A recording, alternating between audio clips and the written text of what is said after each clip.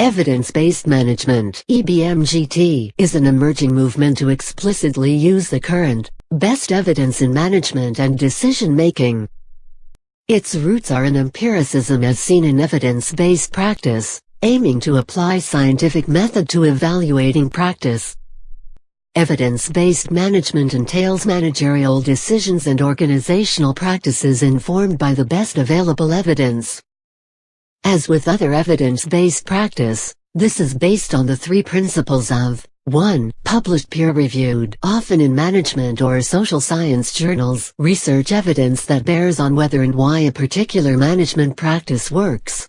2. Judgment and experience from contextual management practice, to understand the organization and interpersonal dynamics in a situation and determine the risks and benefits of available actions. And 3. The preferences and values of those affected. While, like its counterparts in medicine and education, EBMGT considers the circumstances and ethical concerns managerial decisions involve, it tends not to make extensive use of behavioral science relevant to effective management practice. An important part of EBMGT is educating current and future managers in evidence-based practices. The EBMGT website maintained at Stanford University provides a repository of syllabi, cases, and tools that can inform the teaching of evidence-based management. Efforts to promote EBMGT face greater challenges than of other evidence-based initiatives. In medicine, there is more consensus as to what constitutes best evidence than in the social sciences more generally, and management in particular. Unlike medicine, nursing, education, and law enforcement, management is not a profession. There are no established legal or cultural requirements regarding education or knowledge for an individual to become a manager. Managers have diverse disciplinary backgrounds. A college degree may be required for an MBA, but not to be a manager. No formal body of shared knowledge characterizes managers, making it unlikely that peer pressure will be exerted to promote use of evidence by any manager who refuses to do so. Little shared language or terminology exists, making it difficult for managers to hold discussions of evidence or evidence-based practices. For this reason, the adoption of evidence-based practices is likely to be organization-specific, where leaders take the initiative to build an evidence-based culture. Practices an evidence-based organizational culture employs include systematic accumulation and analysis of data gathered on the organization and its functioning, problem-based reading and discussion of research summaries by managers and staff, and the making of organizational decisions informed by both best available research and organizational information. Organizations successfully pursuing evidence-based management typically go through cycles of experimentation and redesign of their practices to create an evidence-based culture consistent with their values and mission. Although some advocates of EBMGT argue that it is more likely to be adopted in knowledge-intensive organizations, recent research at the University of Oxford into 6 leading organizations in the healthcare industry found that managers and clinical leaders used a variety of forms of knowledge, drawing on academic research, experiential knowledge and respected colleagues. The researchers concluded that skillful knowledge leadership is crucial in translating EBMGT and other academic research into practice in ways that are relevant and can be mobilized in specific organizational contexts. Organizations adopting agile approaches in their product development often find they need to make changes in other areas to reap the full benefits of the changes. The growing field of business agility and agile transformation. Evidence-based management provides a more structured approach to working through such change in short cycles. To focus investments in areas that will bring the greatest value soonest. And to provide a framework for evaluating their success.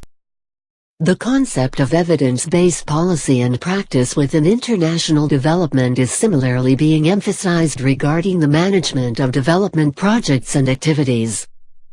For instance, in a literature review focused on development, an integrated, participatory, structured and empowering approach to using evidence and data in decision-making to inform development decisions was tied to improved results. The weak form alternatives to evidence-based anything include hearsay, opinion, rhetoric, discourse, advice, opinion, self-deception, bias, belief, fallacy, or advocacy. The stronger forms include concerns about what counts as evidence, types of evidence, what evidence is available, sought or possible, who decides and pays for what evidence to be collected, and that evidence needs to be interpreted. Also, there are the limitations to empiricism as well argued in the historical debate between empiricism and rationalism, which is usually assumed to be resolved by Immanuel Kant by saying the two are inextricably interwoven. Reason: what evidence is fair and what the evidence means. Critique of practical reason. Critical theorists have raised objections to the claims made by those promoting evidence-based management. In particular, EBMGT has been criticized for treating evidence and scientific method as if they were neutral, value-free descriptions. From this perspective, what counts as evidence is considered as intrinsically problematic and contested because there are different ways of looking at social problems. Furthermore, in line with perspectives from critical management studies, management is not necessarily an automatic good thing. It often involves the exercise of power and the exploitation of others. Efforts have been made, however, to include a balanced treatment of such issues in reviewing and interpreting the research literature for practice. Criticisms persist, and critical theorists say fundamental problems with evidence-based management have been ignored.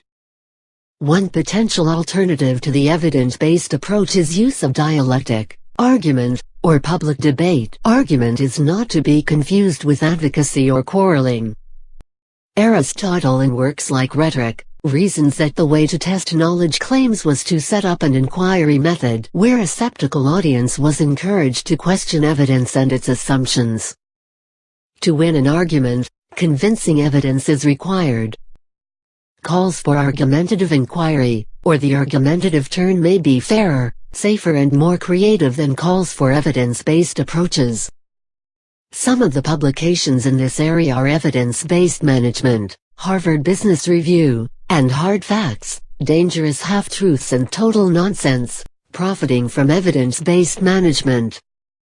Some of the people conducting research on the effects of evidence-based management are Jeffrey Pfeffer, Robert I.